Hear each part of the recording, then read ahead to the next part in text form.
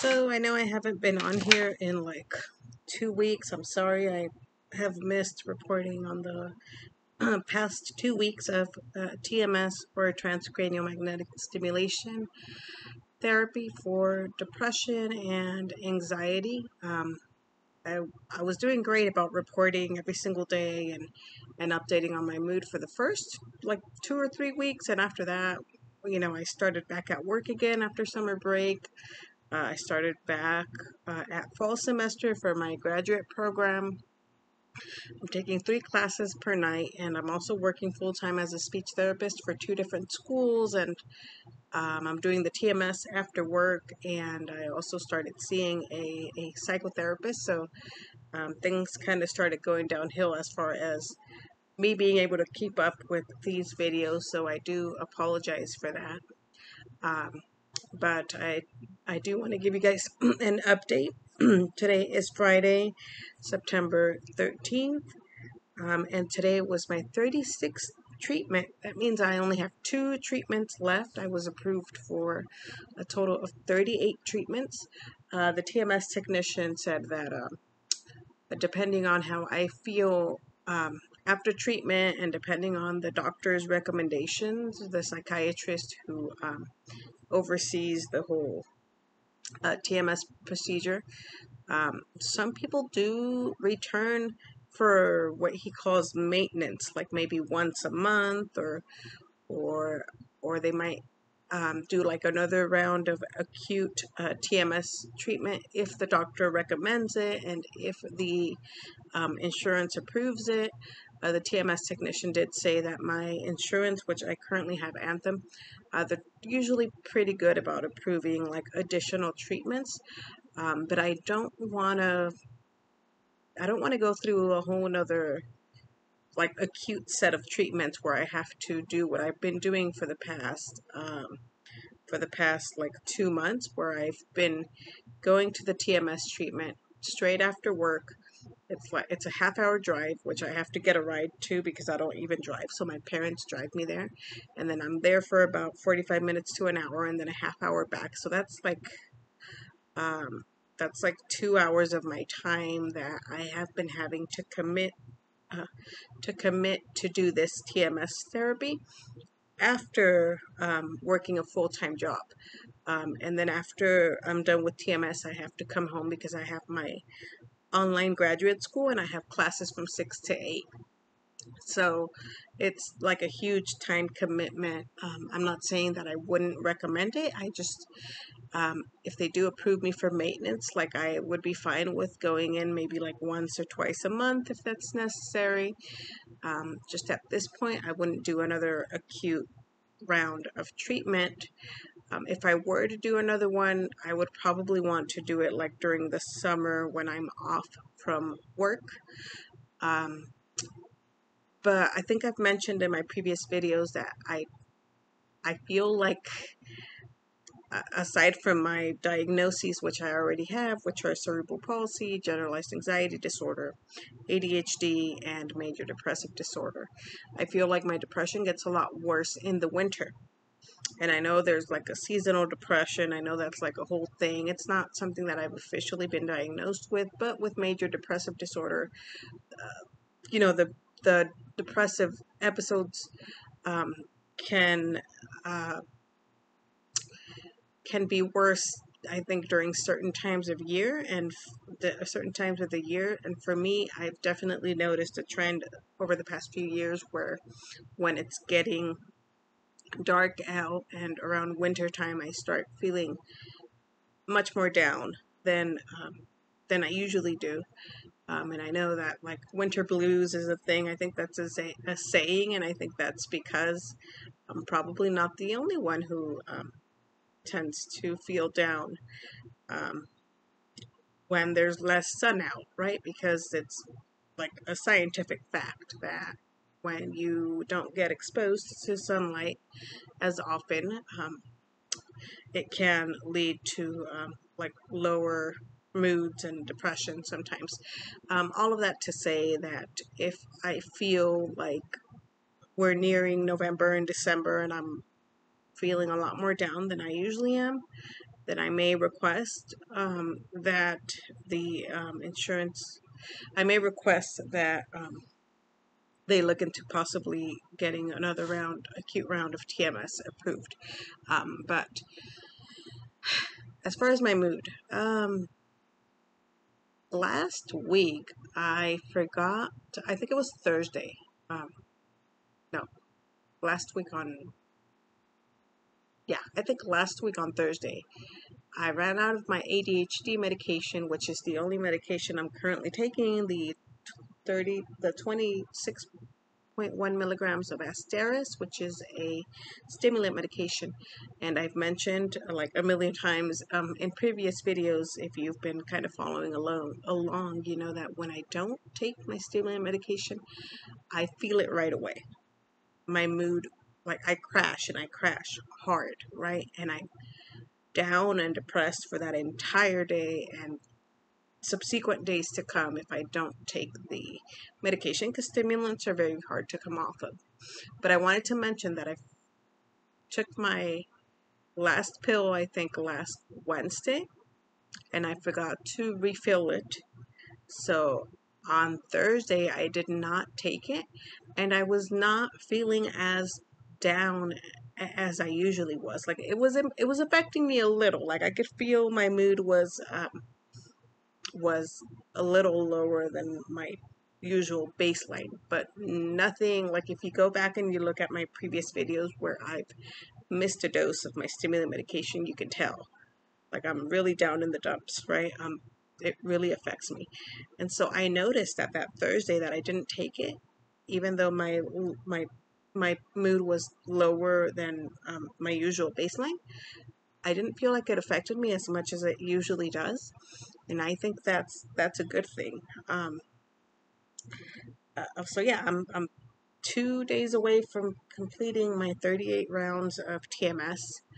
It does feel like it's been a bit of an emotional roller coaster. Like I said in my previous video, that it's very difficult to objectively measure whether or not this treatment is working, just because there are so many ups and downs in my life. And as I was going through treatment, I started treatment while I was on summer break, and then I went back to work out of school full time, and it was really hectic and super stressful. So that definitely affected it. And I started my fall semester, so adding graduate classes on top of that, and like a lot of variables that kind of play into this whole situation, and that really affect my mood day to day.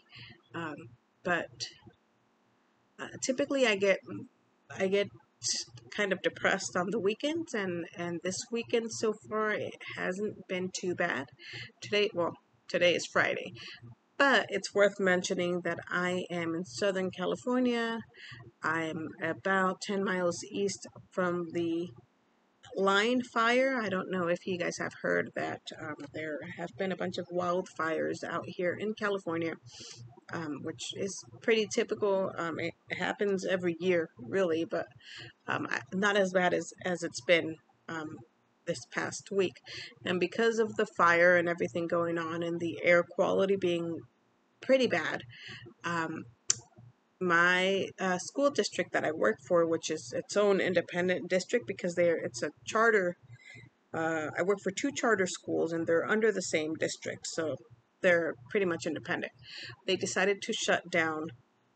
So I worked Monday and Tuesday, but I have not worked 3 days this week. So I didn't work Wednesday, I didn't work Thursday, which was yesterday, and I didn't work today, which was Friday. So I've had 3 days off of work, and best of all is that those days are paid because I'm salaried. So that's one of the pros of being salaried for sure.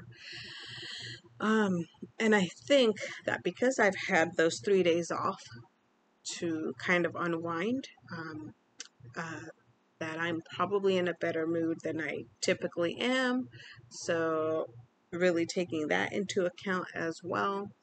I think that if I could find a school district job where I could work 4 days out of the week, Monday through Thursday, and have Friday through Sunday off, I think that would be great. And if that job could be remote, where I could just work online and not have to deal with all of the small talk and chit-chatting and all of the extra things that come with like working for a school as a speech therapist, that would probably be my ideal job.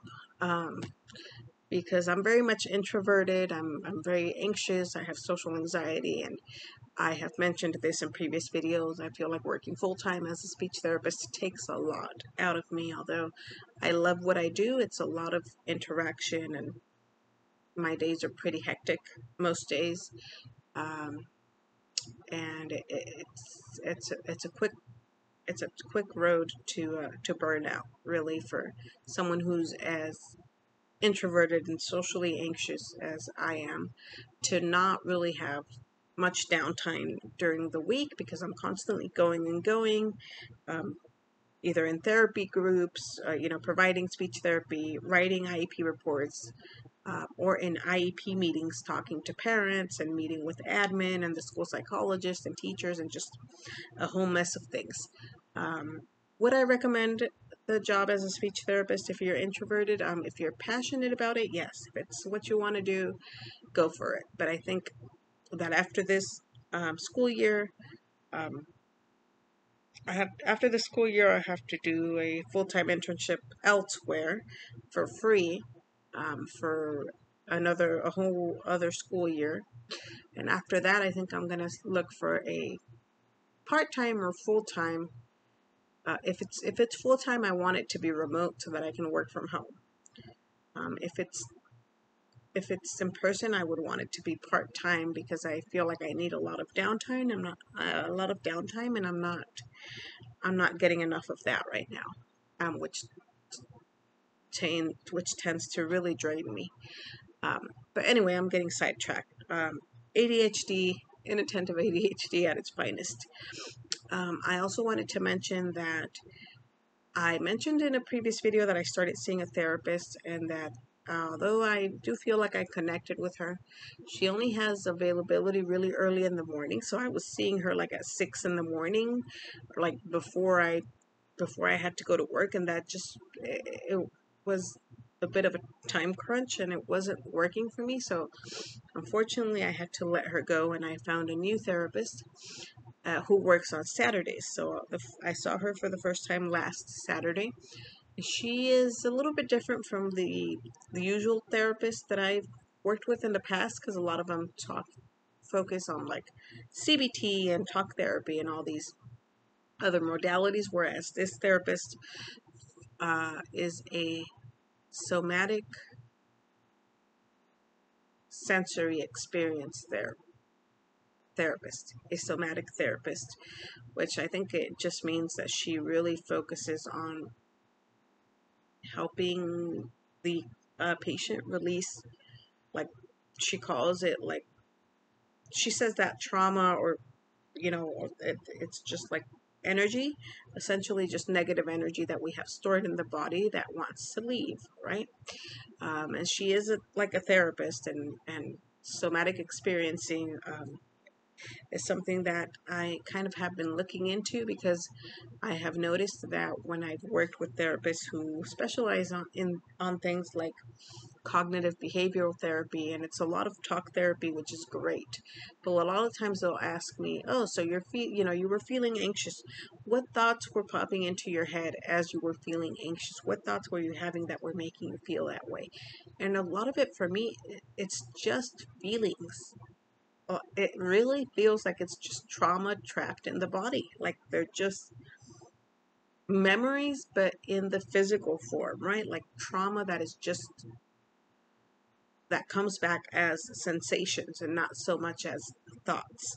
So because of that, I started looking into somatic therapy, and I found a somatic therapist, and the first session was a little odd. I mean, we started via Zoom, and she asked me if we could just do a phone call instead, because she wanted me to lie down on my bed and be more comfortable with like the camera off, to talk about things that were bothering me. And then I guess it helped a little.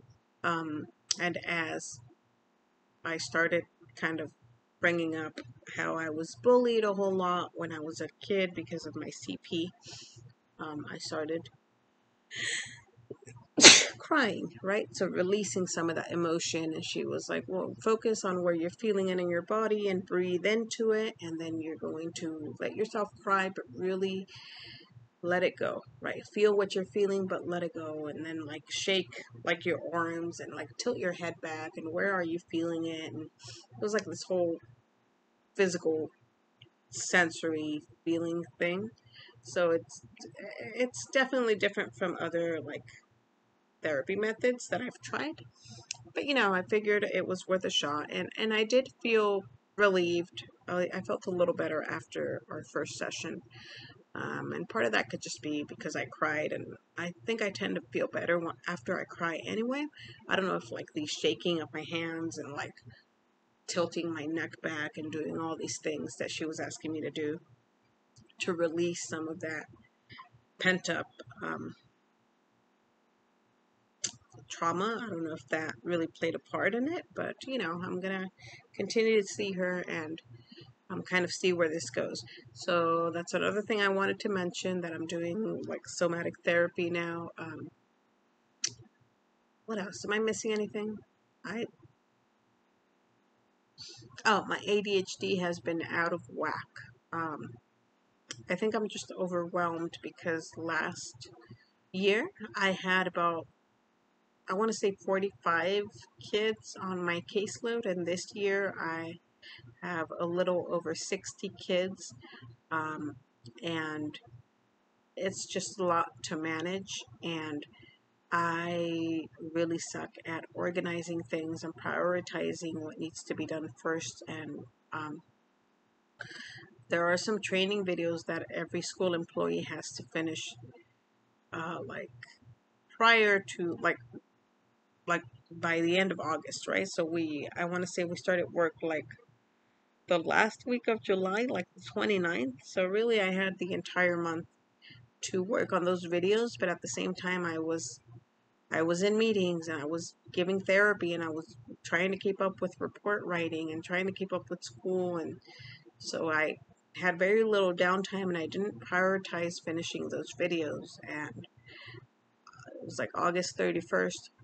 My boss's administrative assistant calls me and she says, hey, how are you doing with those training videos? Because like today is the absolute last day that you can complete them. So please, like, if you need to play them in the background and just answer the questions whenever you have a chance, because it's like a million videos about different things, like um, you know like handling hazardous materials, mandated, because as school employees we are mandated reporters, and what to do as a mandated reporter, and what else, how to spot like bullying and like suicide prevention, and just a million things that like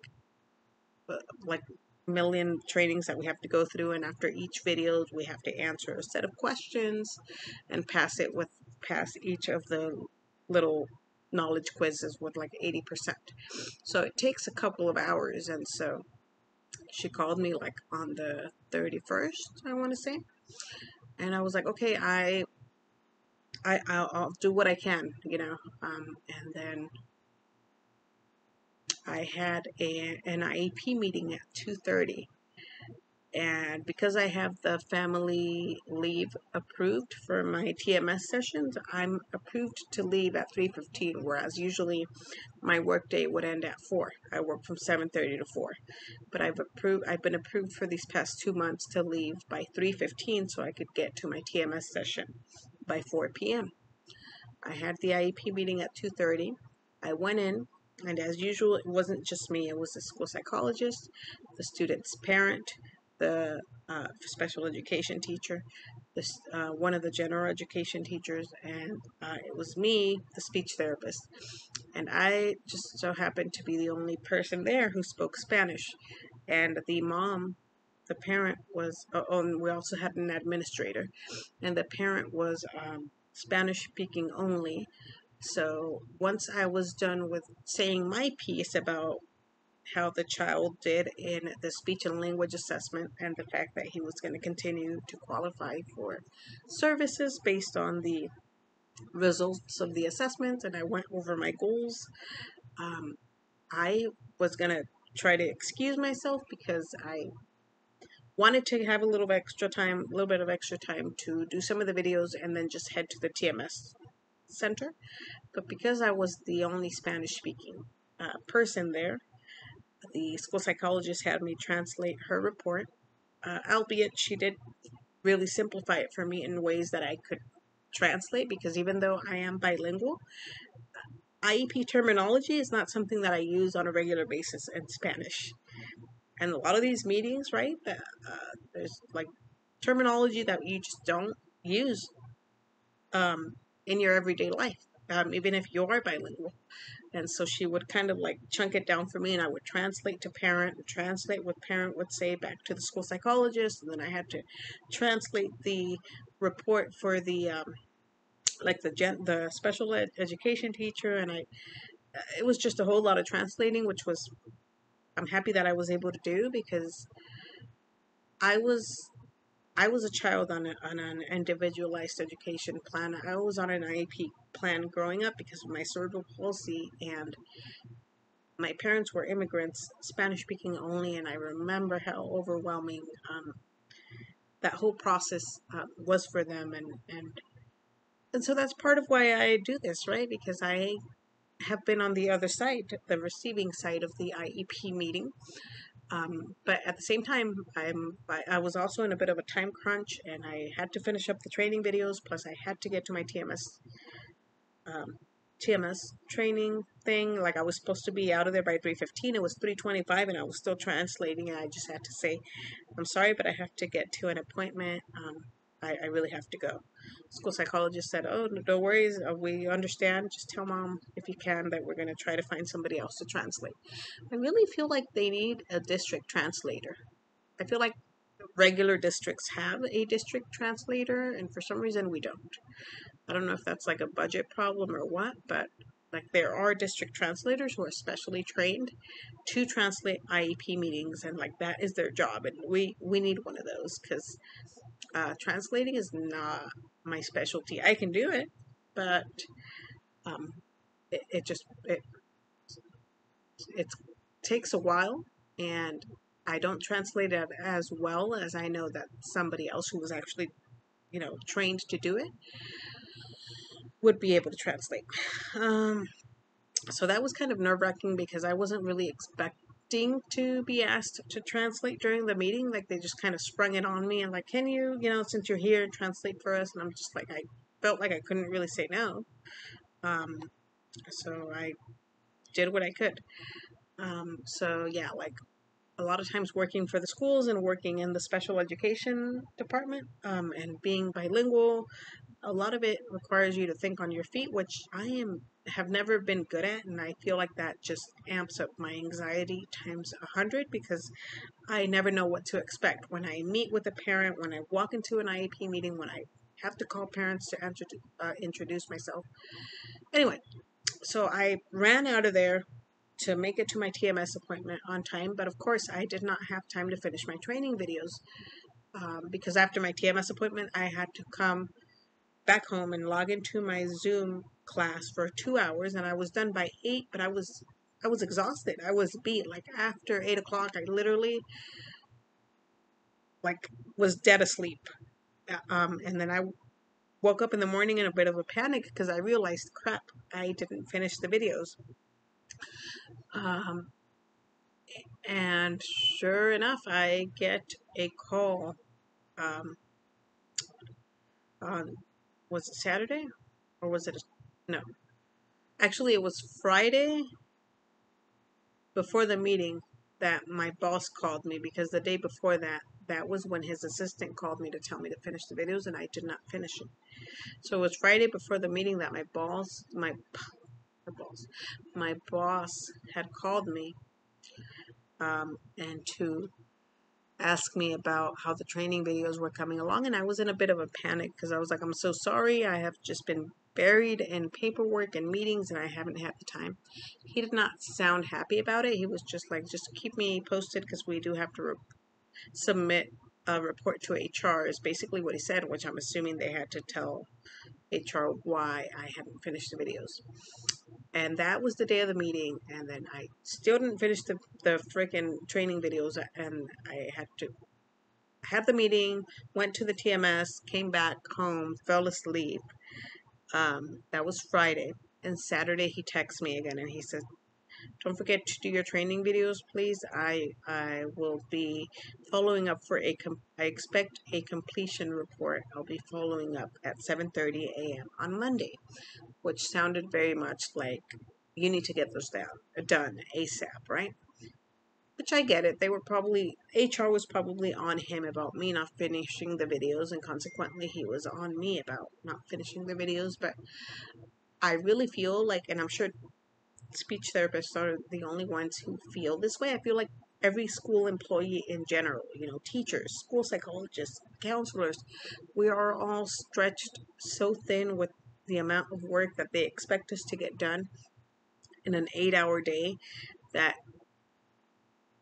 it's not possible, and it's super stressful. And this is why so many SLPs and teachers are burnt out and leaving the field. This is why in California there's a shortage of SLPs. This is why I was able to get a job as an actual speech therapist before even finishing my master's degree. I still have a little over a year to go before I finish my master's degree, because they don't provide us with enough support, and they expect us to do the impossible. And it's, again, a it's a sure road to burnout. Yeah, so that's my rant for today. But yeah, I have been feeling better. I don't know. I don't know how much the TMS has helped up to now. I mean, like, I'm not depressed right now, but I'm also not, like, necessarily. I'm a little bit anxious because I have reports that I haven't finished. And because we had the past 3 days off because of the fires, because of the air quality being really bad, I was hoping to finish those reports during those 3 days, and I haven't been able to because I don't have any of the manuals or the books that I need to interpret the test scores for the students that I tested. And I have 3 IEP meetings on Monday for which I am not prepared for because I didn't get to finish my report, because I wasn't expecting school closures for the past 3 days. But in hindsight, all of this is, again, a time management problem and an ADHD problem, because realistically I should have been done with these reports at least a week ago, if not sooner than that.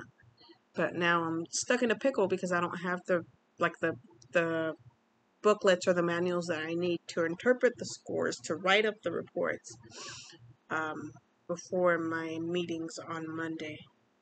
So I guess that's causing a little bit of anxiety. I have an appointment with my therapist tomorrow, on Saturday, tomorrow around 2, so we'll see how that goes. And yeah, I will keep you guys posted on my last 2 days of TMS therapy, which are next week on Monday and Tuesday.